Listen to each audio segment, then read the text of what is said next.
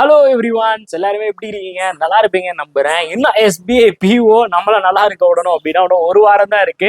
So இந்த ஒரு வாரத்துல எஸ்பிஐ பிஓக்கு நம்ம என்னென்னலாம் பண்ணணும், என்னென்ன மாதிரி ப்ரிப்பேர் பண்ணணும் அப்படின்றது தான் இந்த வீடியோவில் நான் வந்து பேச போறேன். மெயினா ஃபர்ஸ்ட் விஷயம், ஒரு எஸ்பிஐ பிஓ அப்படின்னு எடுத்துக்கிட்டீங்க அப்படின்னா முதல்ல ஒரு இப்போ முன்னாடி எப்படி இருந்துச்சு, ஒரு எக்ஸாம் நம்ம வந்து ப்ரிப்பேர் பண்ணுறோம். ஒரு எக்ஸாமுக்கு ப்ரிப்பேர் பண்ணால் போதும், நம்ம எல்லா எக்ஸாமும் அடிக்க முடியும். லைக் நான் இப்போ வந்து ஒரு ஐபிபிஎஸ் பிஓ ப்ரிப்பேர் பண்ணுறேன்னா போதும், எனக்கு எல்லா எக்ஸாமுக்கும் அது யூஸ் ஆகிற மாதிரி இருந்துச்சு. ஆனால் இப்போ அப்படியெல்லாம் இல்லை. ஒரு ஐபிபிஎஸ் பிஓட லெவல் ஒரு மாதிரி இருக்கு, ஐபிபிஎஸ் கிளர்க்கோட லெவல் ஒரு மாதிரி இருக்கு, எஸ்பிஐ கிளர்க் ஒரு மாதிரி இருக்கு, எஸ்பிஐ பிஓ ஒரு மாதிரி இருக்கு. இப்படி பிளண்டி ஆஃப் பிரிச்சுட்டாங்க. அப்போ இந்த எஸ்பிஐ பிஓவோட லெவல் எப்படி இருக்கும் அப்படின்றத நம்ம முதல்ல நல்லா அனலைஸ் பண்ணிக்கணும். அப்போ அதில் ஃபர்ஸ்ட் விஷயம் என்ன அப்படின்னு பார்த்தீங்கன்னா, எல்லாருக்குமே ஒரு சிரமமாக இருக்கிற ஒரு விஷயம் என்ன சார், குவான்ஸ் கஷ்டமாக இருக்கும். கண்டிப்பாக குவான்ஸ் கஷ்டமாக தான் இருக்கும். அப்போ அந்த குவான்ஸை நம்ம எப்படி அடிக்க போகிறோம்? இதில் நீங்கள் வந்து ஒரு 2021, 22, 23, 24 வரைக்கும் நீங்கள் எடுத்து பார்த்தீங்கன்னா குவான்ஸில் சிம்பிளிஃபிகேஷன் அப்ராக்சிமேஷன் 4லேருந்து 5 கொஷின் கண்டிப்பாக வரும். அப்போ அந்த 4லேருந்து 5 கொஷின் உங்களால் கண்டிப்பாக போட வேண்டிய ஒரு டாபிக். அதே மாதிரி ராங் நம்பர், ரிப்பீட்டடாக ராங் நம்பர் வரும். ராங் நம்பர் 5 கேட்குறான் இல்லை 4 கேட்குறான்னா அதில் 2லேருந்து 3 கொஷின் நம்மளால் போட முடியும். அப்போ அங்கே 5 + 3 8 மார்க் ஆச்சு. 2 டிஏ கேட்பான். இந்த 2 டிஏல ஒரு டிஏ நம்ம கஷ்டமாக இருக்கும், ஒரு டிஏ நம்ம போடுற மாதிரி இருக்கும். அந்த கஷ்டமான டிஏல நம்ம ஒரு 3 கொஷின் வந்து போடலாம். ஒரு நார்மல் நம்ம ஒரு மாடரேட் லெவலில் இருக்க இன்னொரு டிஏ இருக்குது பார்த்தீங்களா, அதில் நம்ம ஒரு 4 மார்க் போடலாம்.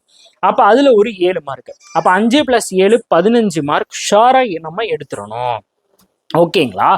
இப்போ இதை தாண்டி வந்து பார்த்தீங்கன்னா நம்ம இன்னும் நல்லா ப்ராக்டிஸ் பண்ணி அந்த ஒரு டிஏ, அந்த என்ன சொல்ல, அந்த 5, அதுக்கப்புறம் வந்து ராங் நம்பர், அதுக்கப்புறம் டிஏ. இப்போ ராங் நம்பர் நம்ம எவ்வளோ பார்த்தோம், லைக் ஒரு 15 மார்க் கிட்ட நம்ம ஷாராக எடுக்க வேண்டிய மார்க்னு சொன்னேன்னா, இப்போ இதில் நீங்கள் அந்த டிஏயை நீங்கள் இன்னும் பூஸ்ட் பண்ணுறீங்க அப்படின்னா உங்களுடைய மார்க் 18, 19 கிட்ட வந்துடும். டிஏ நம்ம நல்லா பூஸ்ட் பண்ணுறோம், ராங் நம்பரை நல்லா பூஸ்ட் பண்ணுறோம் அப்படின்னா நம்ம ஒரு 18 மார்க் 15 மார்க் நம்ம சிரமமே இல்லாமல் எடுத்துடலாம்.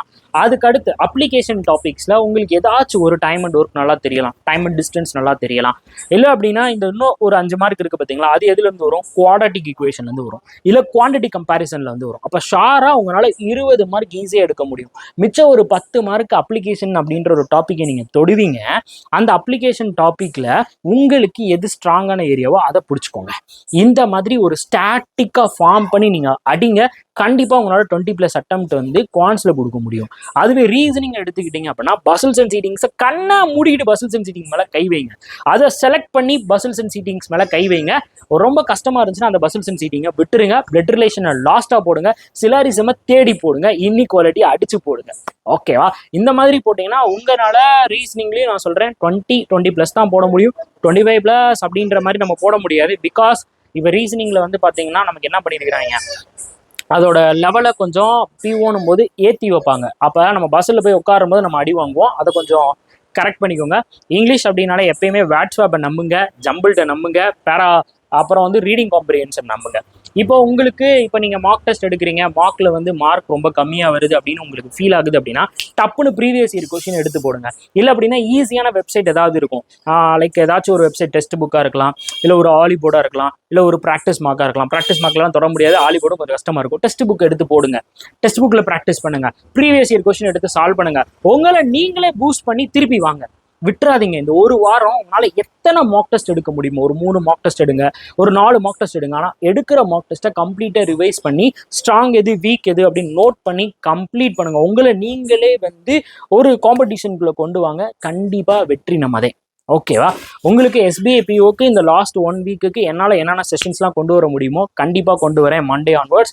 ஸோ கண்டிப்பாக வெயிட் பண்ணுங்கள். நிறைய பேத்துக்கு நம்மளோட வீடியோஸை ஷேர் பண்ணுங்கள், நம்ம சேனல் சப்ஸ்கிரைப் பண்ணுங்கள். பேங்கிங் ஆடியன்ஸ் நீங்கள் உள்ள நிறைய பேர் வரும்போது தான் அடுத்தடுத்த கட்டம் நம்ம பேங்க்குக்கு வந்து பண்ண முடியும். ஷாராக சொல்கிறேன், நெக்ஸ்ட் வீக்கில் இருந்து உங்களுக்கு பேங்கிங்க்கு நெக்ஸ்ட்டு இந்த அப்கமிங்கில் இருக்கக்கூடிய எல்லா எக்ஸாமுக்குமான செஷன்ஸ் கண்டிப்பான முறையில் வந்துடும். ஸோ நிறைய பேத்துக்கு ஷேர் பண்ணுங்கள். வேறு ஏதாவது டவுட்ஸ் இருந்துச்சுன்னா கமெண்ட் பாக்ஸில் வந்து போட்டுவிடுங்க. நல்லா படிங்க. ஓகேவா? தேங்க்யூ.